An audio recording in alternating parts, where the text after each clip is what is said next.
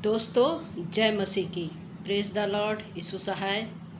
परमेश्वर पिता का धन्यवाद देते हैं इस सुंदर समय के लिए कि उसने एक बार फिर से हमको ऐसा मौका दिया कि हम वचन को लेकर के आने पा रहे हैं।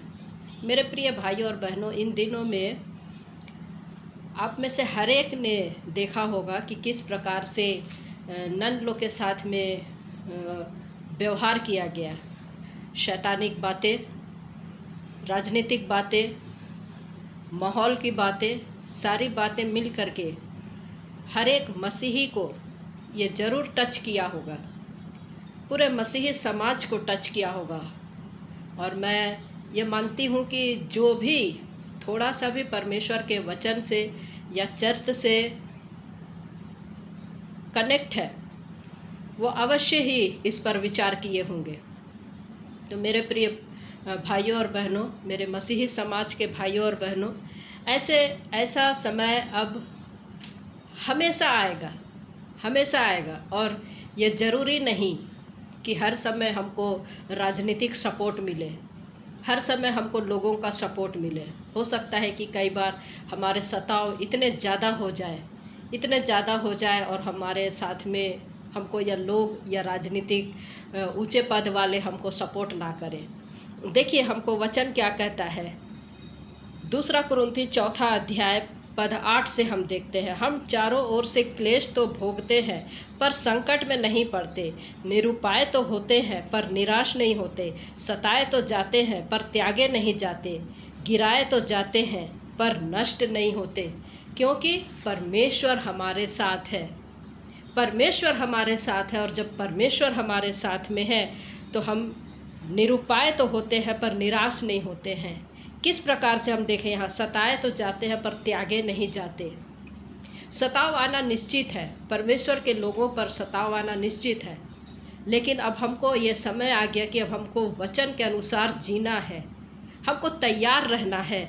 मत्ती रचित सुसमाचार हम लोग क्या देखते, 5वां अध्याय 9वां पद कहते, 10 पद देखते हैं। क्या देखते, धन्य है वे जो धर्म के कारण सताए जाते हैं, क्योंकि स्वर्ग का राज्य उन्हीं का है।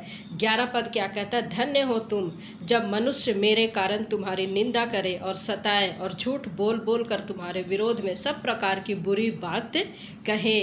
मेरे प्रियो, हो सकता है ऐसा दिन आ रहा है कि कैसे लोग हमारी निंदा करते हैं, किस प्रकार से लोग झूठ बोलते हैं, हमको कटघरे में ला करके खड़ा करते हैं। ये सिर्फ 1 या 2 नन की बात नहीं है, ये हर एक मसीहियों के ऊपर में ये बातें हैं।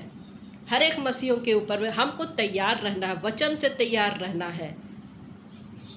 साथ ही साथ नियम क्या कहते हैं, कानून क्या कहते हैं, भारत के लॉ क्या कहते हैं, उसको भी हमको ध्यान में रखना है। हमको जानकारी होना चाहिए ताकि हम परमेश्वर के कार्य के लिए खड़े होने पाए। कई बार हमारे गलतियां नहीं होती है, फिर भी हम सताए जाते हैं। देखिए हमको यहाँ पर वचन क्या कहता है, 2 तीमुथी 3 अध्याय 12 पद, पर जितने मसीह यीशु में भक्ति के साथ जीवन बिताना चाहते हैं वे सब सताए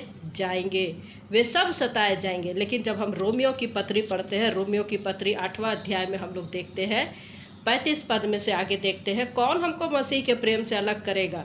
क्या क्लेश या संकट या उपद्रव या अकाल या नंगाई या जोखिम या तलवार? जैसा लिखा है, तेरे लिए हम दिन भर घात किए जाते हैं, हम वध होने वाले भेड़ों के समान गिने गए हैं। तो ऐसे अवसर हमारे पास में आएंगे।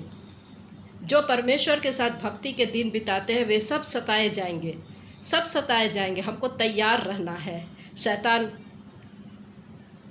ऐसा करेगा, चीड़ फाड़ करके हमको नाश करने की कोशिश करेगा, क्योंकि वो आखिरी समय में हम लोग देख रहे हैं कि वो शैतान किस प्रकार से गरजने वाले शेर की नाई हमारे ऊपर में वार करेगा। क्या आप तैयार हैं? सताव को सहने के लिए क्या आप तैयार हैं? इन पदों को देखिए, हम सताए तो जाते हैं, हम डरते नहीं हैं, निरुपाय होते हैं, निराश होते हैं। कई बार क्लेश हमारे ऊपर में आ सकता है, लेकिन परमेश्वर जब हमारे साथ में है तो हमारा विरोधी कौन हो सकता है? परमेश्वर उसका न्याय करता है। और हम यदि इस जीवन में सताव के कारण हम मृत्यु को भी प्राप्त करते हैं तो हम धन्य हैं। धन्य है, वचन क्या कहता, तुम धन्य हो जो मेरे कारण सताए जाते हो। तो हमको तैयार रहना, वचन को पढ़ना है, वचन को पढ़ना है और सही संदर्भ के साथ में पढ़ना है, ताकि आप लोगों के सामने में बता सके, प्रभु यीशु मसीह के बारे में बता सके, उसके राज्य की बढ़ोतरी के लिए आप बता सको, सत्य के वचन को ठीक रीति से लाने के लिए आप काम में ला सको। इसलिए आपको वचन पढ़ना है।